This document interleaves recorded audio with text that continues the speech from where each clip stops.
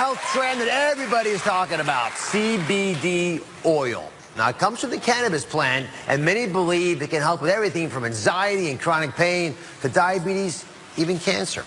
We're in the midst of a CBD oil boom, with products popping up everywhere. Today, Dr. Sanjay Gupta is here to investigate what exactly is CBD oil, and does it live up to the hype? But first, I asked correspondent Marcia Evacampo to find out how big CBD has truly become.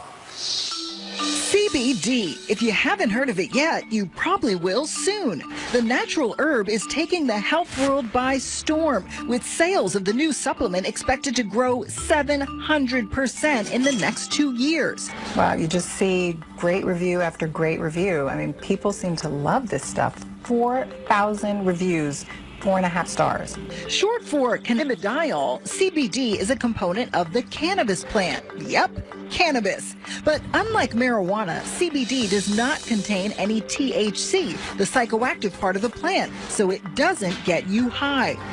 Over the last few years, CBD has started popping up in everything from gummies to face cream to toothpaste. There are even CBD treats for your pet. So what does it do?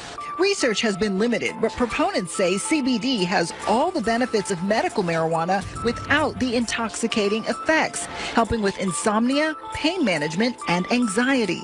There's a revolution, a whole movement happening now with plant-based wellness, which is our primary interest. Celebrating the power of all plants, which have not been properly represented. And the question everyone asks is it legal? Dr. Sanjay Gupta, CNN's medical correspondent, the chief one, and has reported on the latest research behind CBD. So, you know what, break this down for everybody. I'd like to take your thoughts on what it really is so people can get this into their heads. Well, you think about the cannabis plant, marijuana, it's called cannabis. It really has lots of different ingredients, but two primary ones. One is THC. That's the stuff that's the recreational drug. It's what gets people high, gives them that euphoria. And there's CBD, which is cannabidiol. It's something that doesn't cause a psychoactive component. It's believed to be a medicine. It's been used as a medicine in decades past, and it's getting this resurgence, as you just heard. So just to be clear, we've talked about medical marijuana in the past.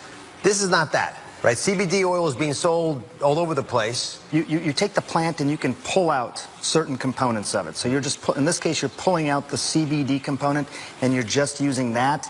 And therefore, you're not getting all those other effects that people often associate with marijuana. Which is why I think 47 states so far have said we're okay with it. How is the medical community using CBD oil? This is fascinating to me. I mean, if you would have asked this question 5 years ago, it would have basically been crickets. Nobody was really talking about it. Within the last 5 years, you had a medication that was sort of known colloquially as Charlotte's Web. It was for this little girl who had seizures that just could not be treated by all these different medicines she took. Her mom essentially started taking CBD herself in her kitchen sink and giving it to her daughter. That is what was known as Charlotte's Web.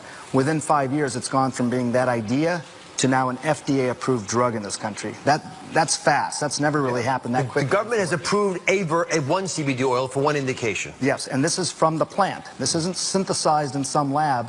This is CBD that's actually coming from the plant, from the botanical.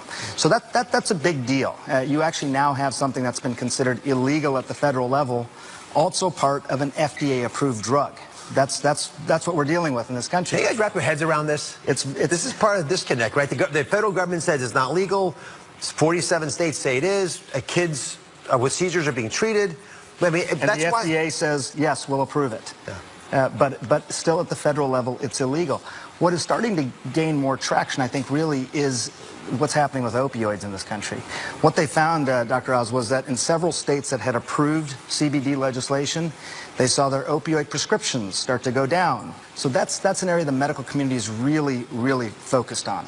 As a neurosurgeon, you're good at this stuff. Explain to me how CBD actually affects the body. Well, we have all these different receptors in our bodies to basically attract and to have these components activate. But because those receptors are everywhere in the body, you could get an impact just about anywhere.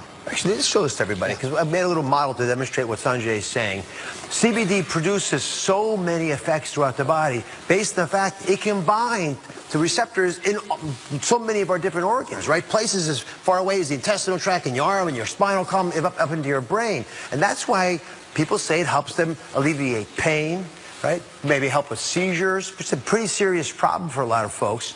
Anxiety, pretty common problem that we don't want to treat if we don't have to. Even withdrawal from medications, maybe even the opiates, as Sanjay mentioned. Okay. But think about that. People think it can do so many things because of the CBD oil that is in there. It's touching so many parts of our body. And I love your thought that we evolved as species because we had access to these natural plants, and they understandably can affect us. That's right. And the receptors started to evolve in our body as well. We even started making our own form of CBD in our body. But sometimes it's not enough, just like other things aren't enough in our body, and that's why some people seem to get benefit.